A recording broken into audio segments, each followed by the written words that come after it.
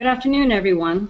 Welcome to this webinar entitled The New Paradigm for Understanding, Teaching, and Testing Sonographic Principles, presented by Dr. Frederick Kremkau.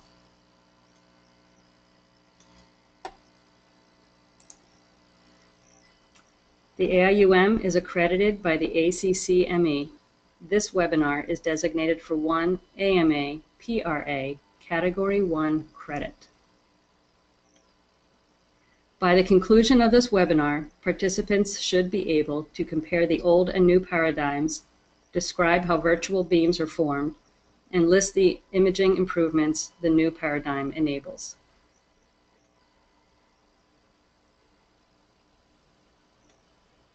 As an ACCME accredited provider, it is the AIUM's policy to ensure that the contents and quality of this activity are balanced, independent, objective, and scientifically rigorous.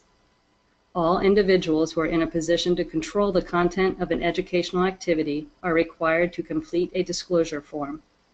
All disclosures are reviewed by the AIUM, and any conflicts of interest are resolved or managed prior to an activity. Dr. Frederick Kremkau receives textbook royalties from Elsevier Publishing, and Darcy Belito de Luna has no disclosures.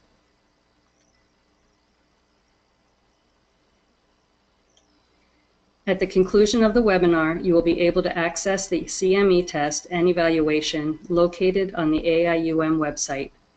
Participants who complete the post-test with a grade of 70% or higher will be awarded 1 CME credit. Credits for this webinar are approved for physicians, sonographers, and radiologic technologists. During today's presentation, if you have questions for the presenter, you may type them into the question box on the right side of your screen. You will be able to submit questions throughout this webinar, but the presenter will not begin answering until the end of the presentation, at which time he will answer as many questions as possible. A recording of this webinar will be available on the AIUM website. And now we're pleased to present Dr. Frederick Kremkau. Thank you, Darcy, and thank you, folks, for attending this. I'm looking forward to presenting a material that has been new for me, and I've been developing over the last year and a half, as you will see.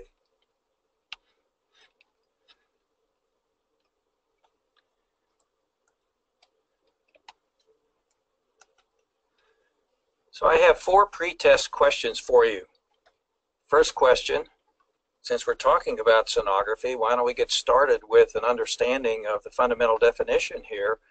What's the etymology, which is the meaning of a word and the origin of a word, of the word sonography? Well, actually, it has 2 parts that, interestingly, come from 2 different languages. You know what they are. Sono comes from sonos, Latin for sound. Well, that makes sense. We know we're using sound of a particular form, of course, ultrasound. And then graphy or graphic, a portion of a word that we use a lot, photography, for example. That comes from Greek, graphein, which means to write. So you put the 2 together, and it says we're writing with sound, which we know is, in fact, what we are doing. When we do a scan and get an image like this, we can point to a particular portion of the exam and of the image and say, well, there's the nose, or there's the foot, eye, ear, and so on. But those are incorrect statements because we are pointing to the display. The fetus is not in the display. The fetus is out here inside the mom. So we know, actually, we're pointing to a representation of those structures, and that's why we call this an image, because the word image means a representation. So what are we actually looking at? Well, I suspect anybody participating in this webinar knows that we are actually looking at ultrasonic echoes. Now, they have been produced by the anatomic structures, so they can represent the anatomic structures, and most of the time represent the structures faithfully. We know things can go wrong. We call them artifacts, but most of the time it works well. If that weren't the case, we, of course, wouldn't even be using it. Here's our second question.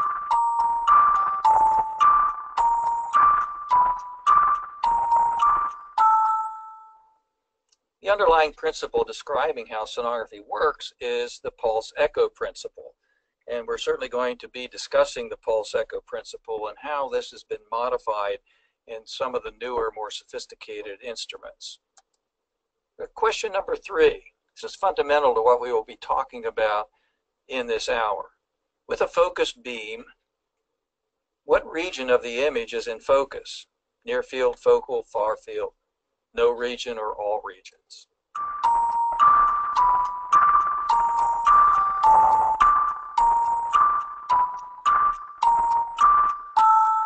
And I would expect you would say the focal region. Anybody who understands the fundamentals of sonography would say, well, the reason we focus is to get the best resolution in the focal region, and that's where we're going to get it, where the beam is the narrowest.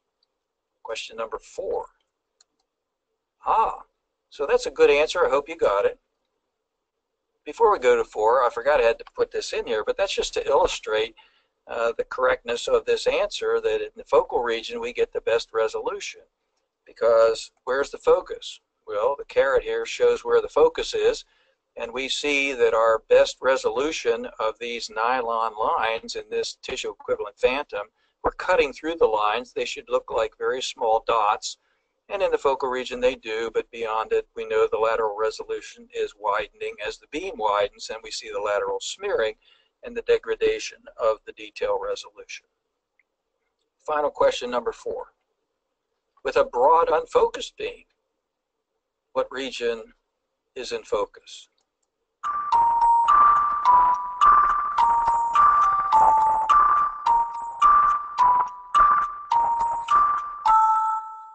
And I would expect you to say, well, if there's no focus, then no region is in focus. And for 50 years, we would have been saying this, and it would have been the correct answer. But there's another correct answer. All regions are in focus. Now that certainly seems counterintuitive. If there's no focus, how can every region be in focus? In fact, how can we have 2 correct answers to this question that are opposite? How can there be no region in focus and all regions in focus? Well, the answer to that question is what we're dealing with in this hour. And that is, it depends on whether we're talking about the old paradigm or the new paradigm of operation. Well, what is a paradigm? That's a fairly common word now. How are we applying it here in this discussion? Well, here's one definition: a set of assumptions and rules that guide workers in a specific field.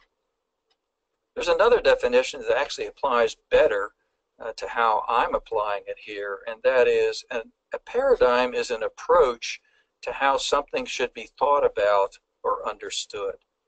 And that's what we're talking about.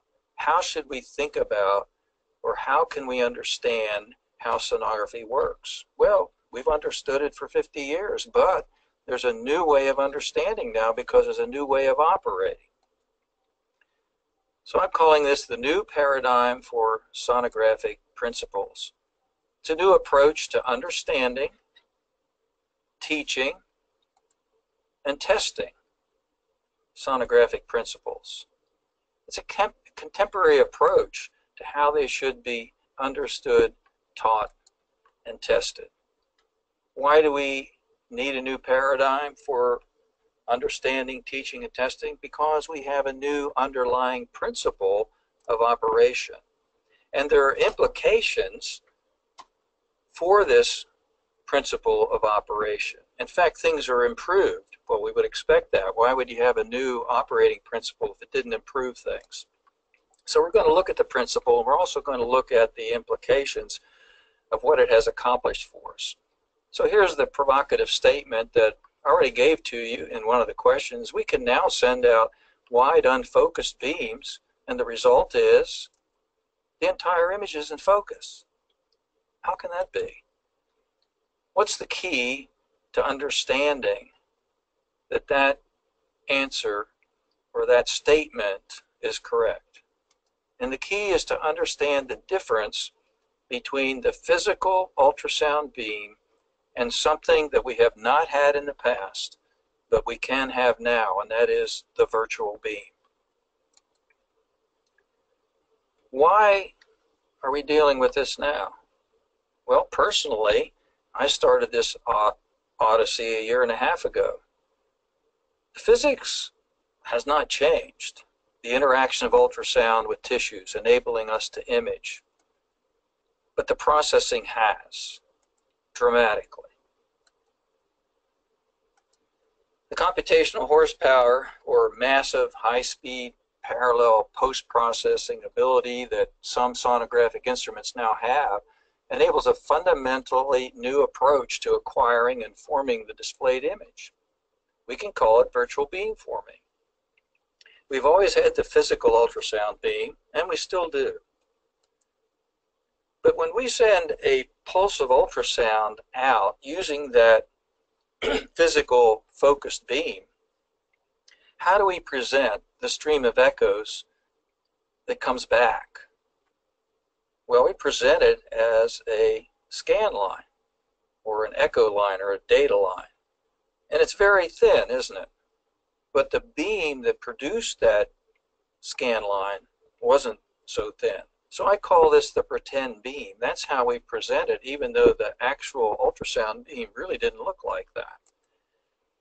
But the virtual beam is going to give us the result that we would get if we could produce a laser thin ultrasound beam, which we cannot.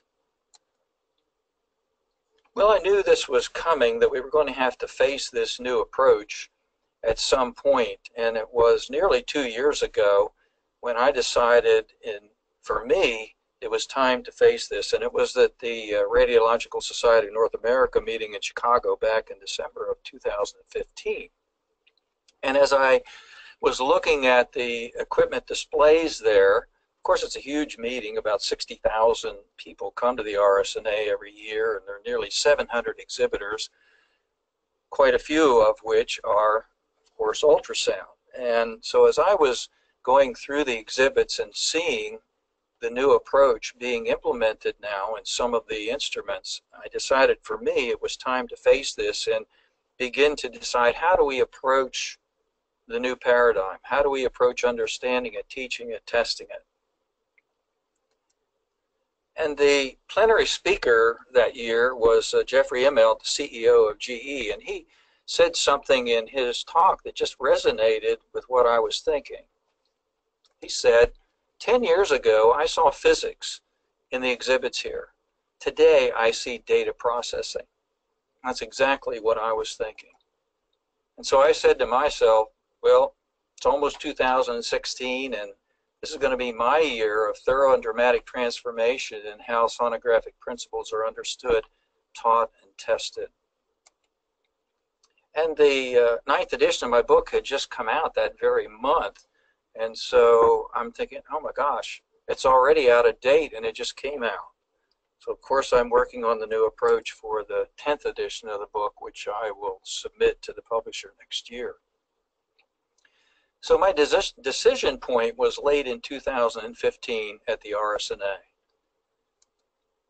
I followed that then in early 2016 with what I would call phase 1 of my odyssey in this, and that is to discuss with educators and engineers that I've known for years at the 3 major companies, GE, Siemens, and Philips. So I met with them at their sites in the spring of 2016 and talked to the engineers. What are you actually doing here? How are you doing this? And what are the implications of this? And then I talked to the apps people, and how are you approaching this with your customers, and what kind of questions are you getting, and what kind of challenges are you getting that are a result of this new approach. I worked on that then, based on that information that I got over the summer of 2016, formulated an initial approach to this. put it together in a PowerPoint, and I had 10 opportunities to present this to various audiences over the fall and spring of 2016 and 17. My first opportunity, surprisingly, was to the testing people, the ARDMS Council. But then there were several other opportunities which I have listed here. And when presenting to various audiences, of course, I was getting questions, stimulating discussion, getting thoughts, and this helped me to further formulate my approach to this and improve it over several months. Well, I have 10 more opportunities now to present it this fall and next spring, and the development of this approach will continue, of course. I got to present it to the Educators Forum at the SDMS meeting in Dallas back last month, and this is the second opportunity that I have to present it now to you, this audience, in the webinar today.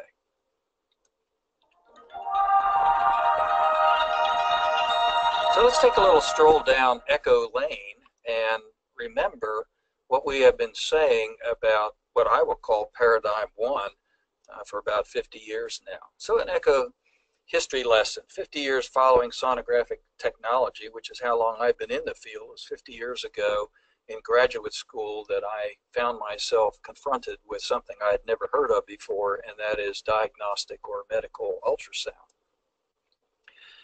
In my doctoral thesis, I was working with this equipment. Looks very different than what you would be using today. And I was studying the interactions of ultrasound and tissue, what the absorption mechanisms are, and so on. What are the implications with regard to attenuation and bioeffects, safety, and things like that.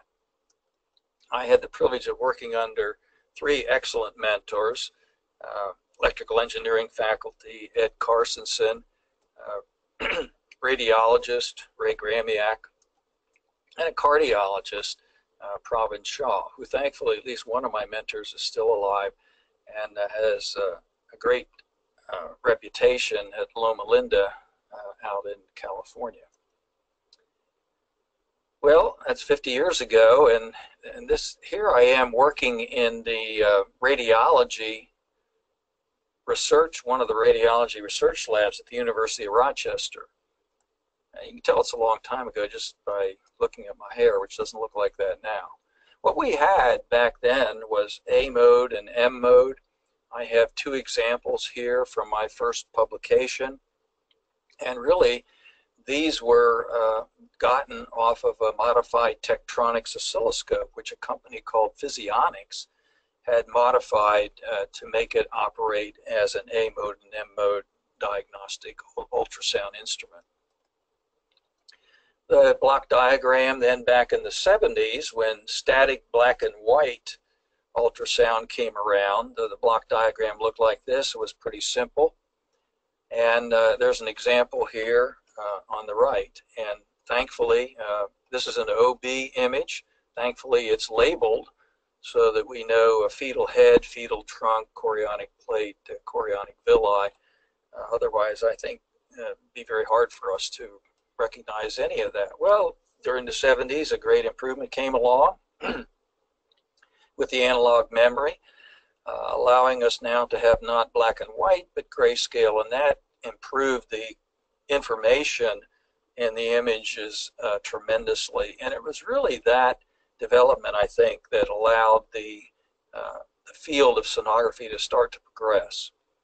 And so the block diagram is shown here that includes the analog memory. We have now grayscale capability over here. Static scan, of course, physically moving the transducer around the surface of the patient and generating this image of triplets. Continuing on in the 70s, we get digital imaging memory coming along now. And then we had the ability to generate many of these images every second. That developed in the late 70s, and we call it real-time ultrasound. That was a major development because now not only can we follow the motion of the tissue that's moving, and that would be primarily the heart and the blood flow, but we could follow the scan plane as it was physically moved around, as the sonographer physically moved the transducer across the surface of the patient. So real-time came along. Grayscale development, real-time ultrasound, those were the two major developments that really allowed ultrasound to progress rather dramatically after that.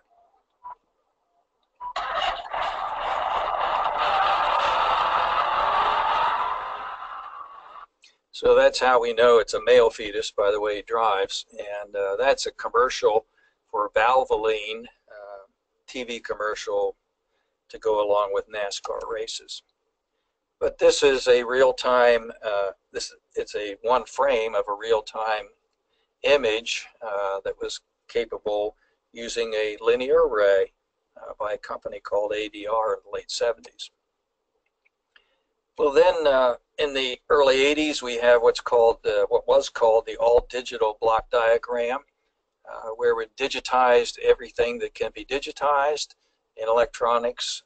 That's what's meant by all digital. It's really not all digital. That's why I put it in quotes, because we're not sending numbers into the body and getting numbers back, and we're certainly not showing numbers on the display. We live in an analog world, but everything that's done in between was done, beginning to be done digitally, that is, with mathematical calculations.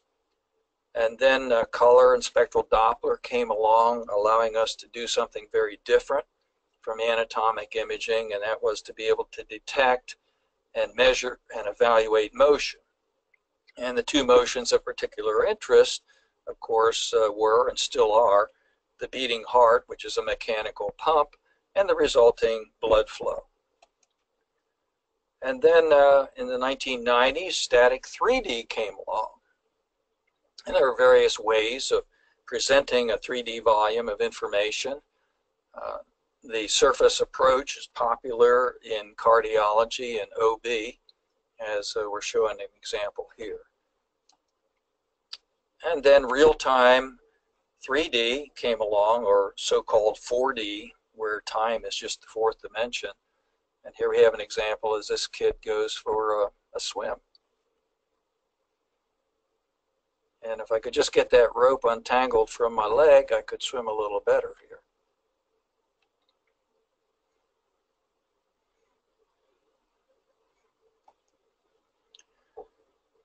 And then in the current decade, we have contrast agents coming along, and particularly in this country where the applications have been delayed somewhat by the FDA approval process. But we have the ability to use these clinically now in some applications. And they allow us to do some diagnostic, have some diagnostic confidence that we would not have without them. A couple of examples here. And that's back to 1970 in my first publication, where contrast agent was being applied in the cath lab, and of course we're looking at an M-mode cardiac presentation, and we see the contrast agent coming into the heart. The question that prompted my master's thesis at the University of Rochester was, why do we get all these echoes when we do a cath injection? And the answer was because the contrast agent has bubbles in it, and the bubbles are great reflectors of ultrasound. So I like to brag that my first publication back in 1970 was on contrast. I haven't published in contrast since, but as contrast has become very useful and popular in the last few years, but it took a long time before that became practical. And in this decade also, we have the emergence of elastography. The ability now to present, to detect and present how hard or soft a tissue is. Ultrasonic palpation, if you will, at depth. So things have been changing during the entire sonographic historical story. Technology and features have come along and have come and gone. We went from analog to digital storage and processing for the image memory, and the signal processing along the way. The old cathode ray tube disappeared and was replaced by the flat panel display. The phased array came along and is still with us. The annular array came along and then disappeared. We had the development of multiple transmission focus. We had the development of dynamic reception focus. Compound imaging came along, harmonic imaging, panoramic imaging, and lots of aspects of automation. So why a new paradigm now? Things have been changing all along. Well, we have a new principle of operation. That's why we have a new paradigm. So the old principle is you send out a pulse of ultrasound, you get a stream of echoes back, you write that as a scan line, you repeat it 100 to 250 times, and you have an image. You do that many times a second, and you have real-time imaging. The new principle says we send out a pulse, we get echoes back, we store those, and we repeat over and over. Then from all of that acquired information, we calculate a virtual line, and then we repeat many times, and then we write those virtual lines on the display. And the result is, along with other things, the entire image is in focus. We have in effect what we could never produce physically, and that is a dynamic transmission focus. And the result is that our frame rates are higher now than they were in the past, along with the entire image being in focus. That was always a trade-off in the past. So the principle is as follows. The old principle, we energize a transducer with an electric voltage, the elements vibrate, producing the outgoing ultrasound pulse, just like a loudspeaker would vibrate, producing outgoing audible sound as you are listening to right now. But of course it's ultrasound, beyond, ultra being a prefix meaning beyond, and it's beyond the frequencies that we can hear, higher than the frequencies we can hear. So out goes the ultrasound pulse. It's going to reflect off that single red reflector, and an echo will come back. Outgoing pulse, returning echo. Now, of course, when we send a pulse into the body, we don't encounter one reflector. The pulse is going to travel down through the anatomic structures, and we will get a stream of echoes back. So we send a pulse of ultrasound into the body, we get a stream of echoes back. We will show that stream of echoes visually on the display in a form that we call a scan line, or a data line, or an echo line. This is an example of a scan line. This is what you get back when you send one pulse into the body. And the transducer would be here at the origin of where the pulse went out, and at the origin of the scan line that shows the echoes that came back. And as I said earlier, we show this as a very thin line of echoes, even though the outgoing pulse wasn't so thin. So we're pretending that the outgoing pulse was laser thin, like a laser beam, but it's really not.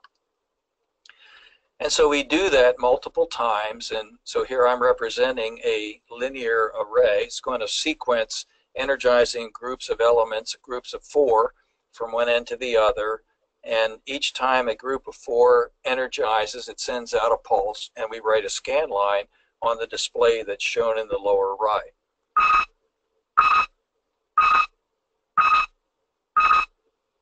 And if you had a linear array with 8 elements in it and you energize them in groups of 4, you would get 5 scan lines, as I show down on the display. That, of course, would be a very incomplete image, but we're going to have a couple hundred elements in our array, so we'll have lots of scan lines by the time we get to the end and have to jump back and start over again.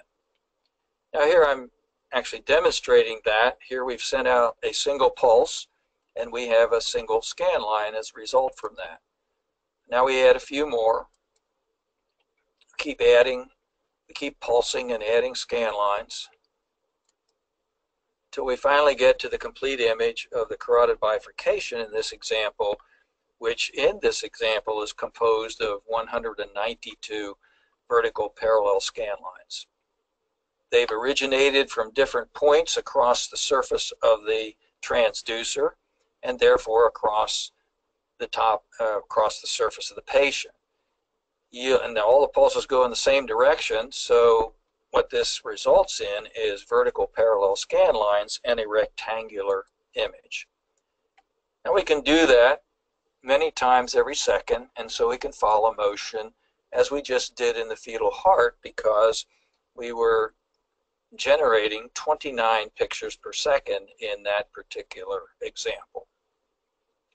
Notice that this is not rectangular, and that brings us to the other mode of presentation, and that is the sector image, where pulses go out in different directions.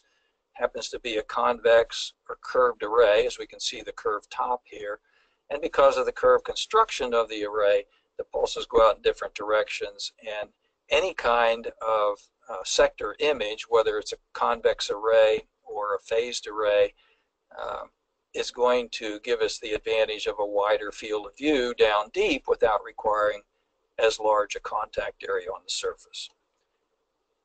The rectangular image is good for superficial imaging because it has the wide field of view up close. Now, as I mentioned earlier, we can do this in 3D, but the acquisition process is really 2D, because what we're doing in 3D is we are acquiring many 2Ds, putting them all together into a 3D volume of information in the instrument. So it's like a loaf of bread. If you consider each slice of bread as a 2D image and you put a whole bunch of them together, then you have the 3D volume, which is the loaf. Now, once you've acquired that, there's various ways you can show it. Surface view is shown here. We can do virtual scanning through the 3D volume and get 2Ds of any kind of orientation that we couldn't have gotten through conventional 2D imaging, coronal plane, for example. Or we can even show the whole 3D volume flattened down to 2D like a chest film. But the acquisition process is still 2D. Now, in all of this, it's a serial line-by-line acquisition process. That's the old paradigm.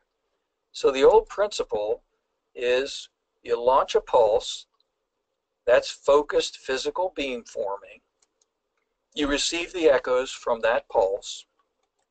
You write the scan line, which visually represents the echoes from that pulse.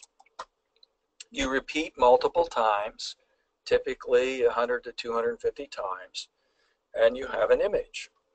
The new principle says that we launch a pulse, which is unfocused physical beam forming. We repeat that multiple times. We compute and store virtual scan lines. This is virtual beam forming from all the acquired echo information that we acquired in a few pulses. And we do that computation multiple times, producing multiple virtual beams, and we display those virtual beams or scan lines. Detail resolution traditionally has been determined by the pulse length, and we call that the axial resolution. That is our ability to see detail or to separate two reflectors that are close together along the direction of the sound travel, that is along scan lines. And the axial detail resolution is equal to 1/2 the length of the pulse, SPL, spatial pulse length. Shorter pulses are better because it means you get finer detail. You're able to resolve or separate objects that are closer together in that direction. Lateral resolution is opposite to that. That's across scan lines. And if the axial resolution depends on how short the pulse is, then it's logical that the lateral resolution depends on how narrow the pulse is. Narrower is better for resolution, and that's why we focus our beams and why we get the best lateral resolution and therefore overall detail resolution in the focal region of the focus beam. So we do transmission focus on our outgoing pulse. Then we have dynamic reception focus, which on reception effectively focuses everywhere along the pulse as it travels down in depth. You don't have time to go into the details on that. But the combination of the fixed transmission focus and the dynamic reception focus improves the detail resolution. as best we can in the old paradigm. One improvement to that is to have multiple transmission focuses, which in effect gives us a long focal region. But to do that, we are requiring now multiple pulses for each scan line. And so that slows down the frame rate because it's not one scan line for each pulse. It is a scan line after you've sent out more than one pulse with focal depths that are different for each pulse. So there's a trade-off there. You improve the detail resolution by getting, in effect, a longer focus, but it took multiple pulses to do that, and so the frame rate comes down, which means an improvement in detail resolution is at the cost of sacrificing temporal resolution. So we send out our pulse, we write a scan line, we remember that the physical beam looked like that, even though the scan line looks like the dotted line here. And one consequence of that is that we are showing every echo that fell within the width of that beam, as indicated by the red line there. We're showing all of that as one little dot right in the center. So we have taken our physical beam and presented it as if it were a thin, laser thin beam like this, the scan line. Now the result of that is the lateral smearing. So if we have a very tiny reflector that we get an echo from, and we scan across that so that when the beam encounters it here, I'm getting an echo back from that red dot. I'm getting it back from this beam and that one and that one and that one and that one. And so since I get that echo back with all of those, I end up with that tiny reflector being smeared laterally. And that's what our lateral resolution is all about, and that's why the lateral resolution is equal to the beam width, because I've just demonstrated what happens when we scan across that. It should be presented like that as a dot, but it's not. So this is the pretend beam. That's the scan line. And that's the result of the fact that the physical beam is not laser thin, and we get this lateral smearing. So we're always going to have the physical beam, and now we're not even going to focus it. It's going to be wide, but it's going to allow us through major computational processes to show a virtual beam that in fact we cannot produce physically, that is laser thin. This is accomplished by massive retrospective parallel virtual beam forming. What's the impact of all of this? Well, detail resolution is improved dramatically. And we have to agree, if the entire image is in focus, that's a dramatic improvement. And in effect, laser-thin virtual beams are being produced as if we had produced a laser-thin ultrasound beam. Contrast resolution is improved. Temporal resolution is improved significantly because, first of all, we're using broad physical beams, so it doesn't take as many of them to produce the image. We're not going to have multiple focuses to improve detail resolution, so we're not going to sacrifice frame rate there. We're going to have the capability of getting frame rates up to greater than 1,000 frames per second, in fact. We also will have the ability to do real-time volume imaging, or 4D, as I've already demonstrated. And we're going to have the capability of doing shear wave elastography. We are going to improve penetration and sensitivity. There's going to be some improvement in terms of artifacts. A speed correction can be done now so that the smearing laterally and axially that results from having slightly different propagation speeds in different tissues can be corrected. The third dimension of our imaging, the fact that we present our 2D image as if it is has no thickness to it because we present it on a display that has no thickness to it. We present it as a two-dimensional presentation when in fact it was a three-dimensional slice. that went through the tissue. That is reduced dramatically so that the section thickness artifacts are reduced or eliminated.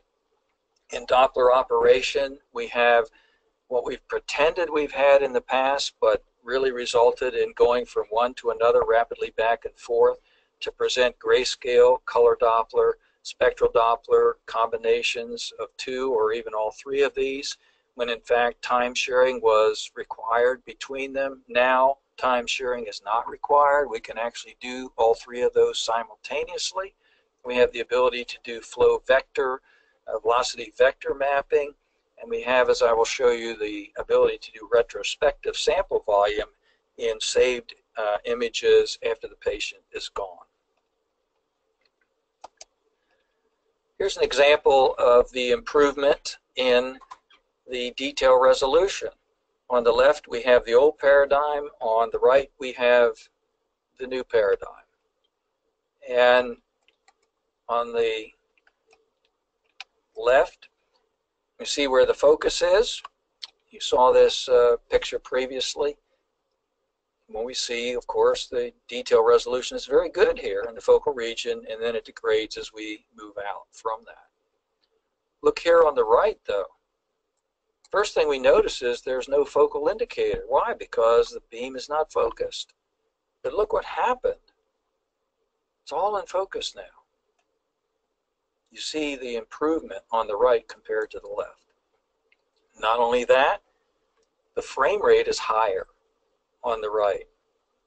Normally we would expect the frame rate to be lower on the right from our past experience, but it's actually higher. So we have an improvement in detail resolution and temporal resolution in the new paradigm. Here we have cardiac image, real time. See the improvement on the right.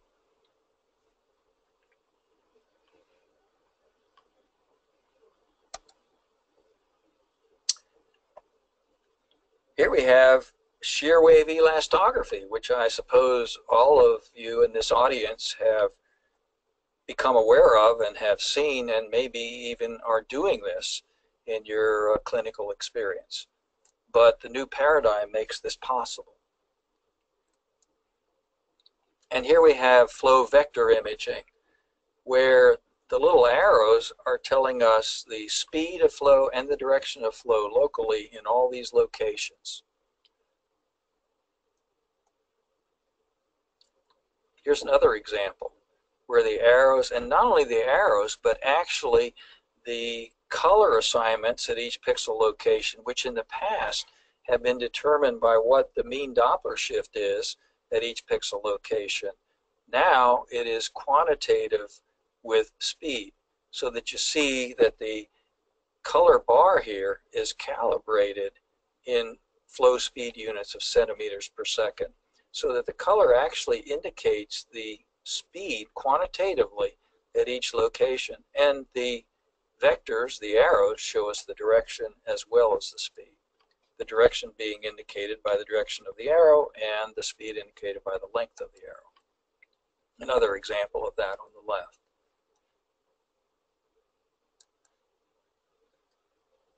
And here, another ability now in Doppler is that this patient is gone.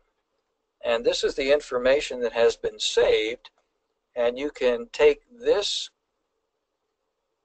image, which of course is anatomic image of the grayscale, and then the color Doppler here, but it has saved the spectral information over 2.5 seconds here, and you can go into that color Doppler area anywhere and pick out a sample volume and show a couple or 3 seconds of information there spectrally, so that you can see here it says 3 retrospective sample volumes.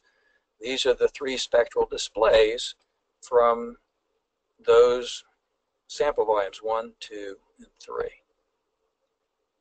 And this is after the patient is gone. All this information has been stored in the instrument. Now look at these OB images. frankly, when I first saw this, I thought, is this ultrasound? Looks to me like somebody went in there with a camera and took a photograph. But, ladies and gentlemen, this is ultrasound. This is sonography. This is new paradigm sonography. In fact, one company is calling it photorealistic fetal rendering. It's a good name for it. It's like a photograph. And over here on the left, you're seeing a feature in this particular instrument where it's like you're going in there with a flashlight. And you can move the flashlight around. And you can look at the surface, or you can look inside.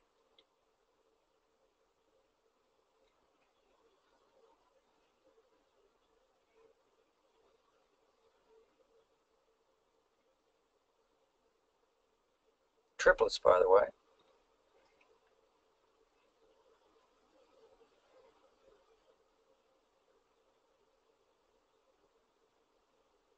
And then to the right of that, the more conventional view, but with detail like we've not had before in 3D.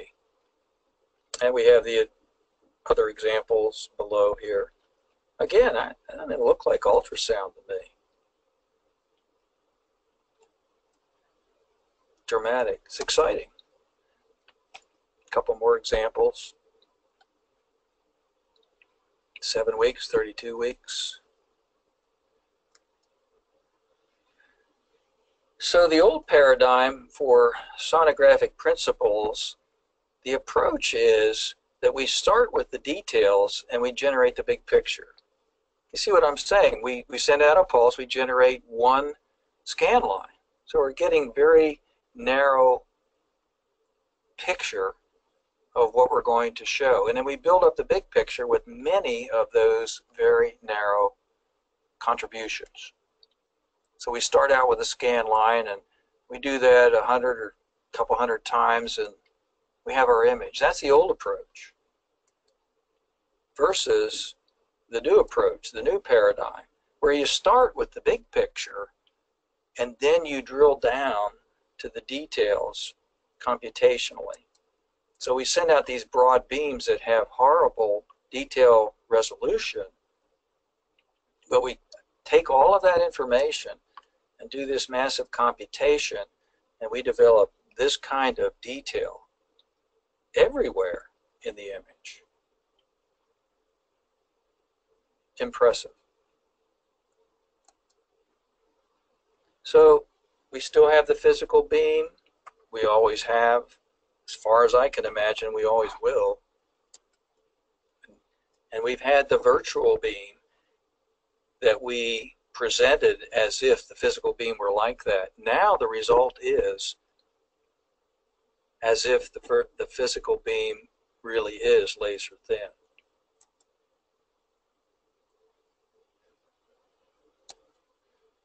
How is this done? What are the details? It's done computationally. It's complicated. It's proprietary in most cases. It's done in various ways. You know what? Do we really care how it's done? That's for the engineers and the mathematical people. That would really be boring, I think, if we wanted to spend the next hour talking about that. Now, we really don't need to know those details. What we need to know is, in principle, what's being accomplished, which I have said multiple times now, the virtual beam, and what are the results? What are the implications? And I've shown you several examples of that. It is computational retrospective beam forming by mathematical details that we probably can't know and, frankly, don't want to know. So the time for a new paradigm on sonographic principles, in my opinion, it's now. We're asking the same questions that I asked myself 50 years ago when I thought, you know, I might be headed for a medical academic career as an electrical engineer in the field of ultrasound. If that's what's going to happen, then there are three questions I have to answer. How do these instruments operate? Well, back then it was pretty simple. What do the clinical professionals need to know about that? And how do you get from 1 to 2? And I have spent a 50-year career answering those questions. Understanding, possessing an understanding of how sonography is accomplished. Teaching it, that is sharing it with others, and testing it, that is affirming that you understand it. Now we're asking the same questions about the newer, more sophisticated instruments. How do they operate? What do clinical professionals need to know about that? How do we get from one to the other? Megahertz is the pain you feel when you realize you failed the exam. So 50 years I've been doing this with the old paradigm. I'm realistic enough to know I'm not going to be doing it 50 years with the new paradigm, but this is an exciting and energizing time for me. Now, this is an interesting thing. For 50 years, we've had paradigm 1. Now we have paradigm 1 and paradigm 2. How many years are we going to have both before companies stop producing paradigm 1? And then how long before enough of the older instruments are gone that we can say, we don't need to understand that, we don't need to teach that, we don't need to test that anymore? Nobody knows the answer to that question. And when that finally happens, who knows, there may be paradigm 3 that none of us have even thought about yet. So here's your post-test on the new principle. How does it work? You launch a pulse, physical beamforming, not focused, and you receive, well, of course, you receive echoes. We've always done that. We still do. But rather than showing the echoes from that pulse as a scan line, we keep sending out more pulses. We repeat multiple times, and what do? We compute and store scan lines out of all of that echo information. This is virtual beamforming. Then what do? We repeat that multiple times.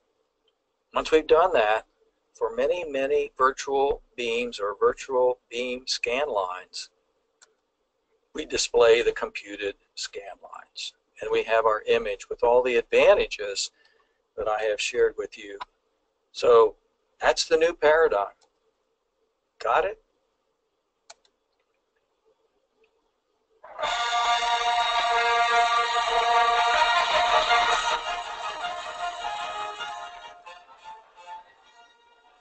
That is the end of the presentation. I do want to mention to you that I co-direct the Advanced AIUM Obstetrical Seminar in Orlando, Florida in February. So we invite any of you who are OB types or GYN types to join us there. It's a great meeting. We get 400 or 500 people to that meeting. So we have opportunity for questions now.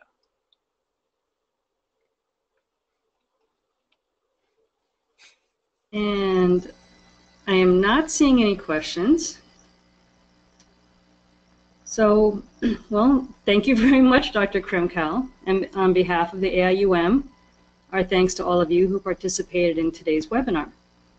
Oh, wait, we do have a question. Okay, we're asked to wait.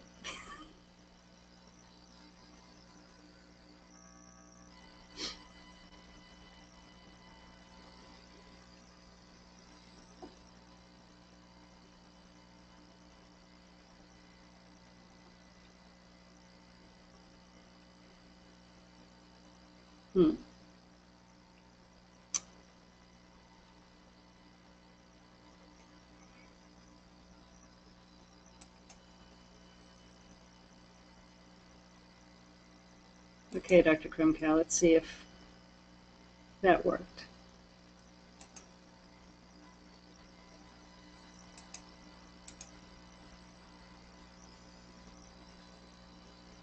I'm seeing are all new systems paradigm 2, not to my knowledge. I'm calling them the more sophisticated, more expensive ones. And not all manufacturers are providing them, and the ones who are, to my knowledge, are still providing old paradigm also. Of course, there is a sophistication and price difference between them. How might this new paradigm change MSK ultrasound?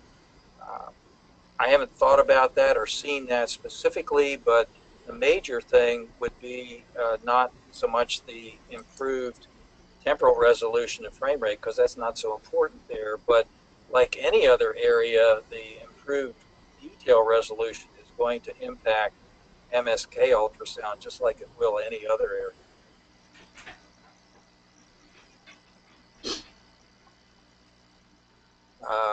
Okay, I'm scrolling up now. I teach for the SPI exam. How would you recommend I incorporate this info? That's a tough question, because the answer to that question is going to be, at what time will the SPI exam include questions related to what I've just covered? And I don't know the answer to that. This is what the ARDMS has to deal with all the time, and that is, when has a particular technology, of course this is much more fundamental than we've ever had before, but when does a particular technology have gotten into the field enough that you need to start asking about it? Of course, there's the opposite question, is when does something leave the field enough that you stop asking questions about it? The CRT display is an example of that. So that's an ARDMS decision that they're going to have to make along the way. To my knowledge, they haven't put anything in there about this yet, but I'm only guessing at that because I don't see the exam. And at what point they will have it in, I would assume you would know that when you see it in the outline of the exam, which tells what topics are covered.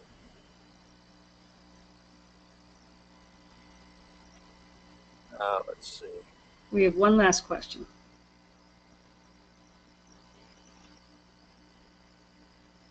In your opinion, how much time will it take for this new paradigm to be widely used? Well, this is obviously just a guess, and you did say, in my opinion, that's all it is an opinion, it's a guess, that, of course, every year we're going to see more and more of this because they are available now. The question is, how rapidly are people buying these instruments and putting them into practice? And I don't know sales figures, and of course these are the more expensive, more sophisticated instruments, so that's going to slow down the process from what it would be if they were cheap, if they were the same price as the simpler instrument. But I'm guessing that probably in 5 years we'll have a significant impact on the field. We're going to see enough of this that you're going to be seeing a lot of it at meetings and in published articles. And as that gets more widely distributed, more people are going to be inclined to get the advantages of this. And of course, over time, we would assume that price will go down, as it has been in all electronics, and that'll make it even more appealing. So there may be an acceleration at some point where we see more of this being incorporated every year than in previous years. But I'm just guessing maybe in 5 years we'll start seeing that inflection where there's enough out there that we're seeing it now, and that more and more people are purchasing it because they're seeing it, and hopefully because it's not as expensive as it is initially.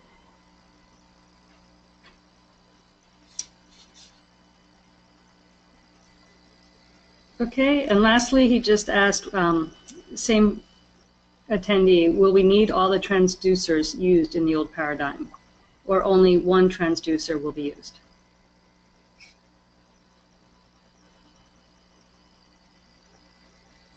Okay, I'm thinking.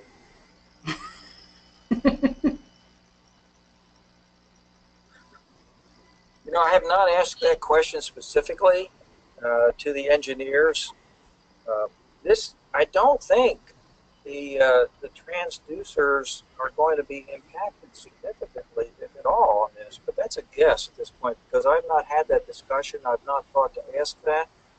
But as I've said here several times in this is a post-processing thing that is giving the ability to do this. Now, the fact that the pulses don't have to be focused anymore, that would be the one impact on our transducers. The transducers that we have now, of course, have the ability to focus. So if you don't want to focus, can that be accomplished just by the way you drive the transducer? Well, initially, my answer to that would be yes. It's not that the transducer itself would have to be redesigned, but how you drive it. But I may be wrong on that. This may require some transducer modification too. Certainly, well, I was going to say certainly you'd have to buy a new instrument. I can't even be sure about that. You may be able to do software upgrades that would allow you to do this, but I doubt that. I think that that the horsepower, the computing horsepower required is going to probably require an instrument that is different physically than the one you have now, and probably the transducer you have to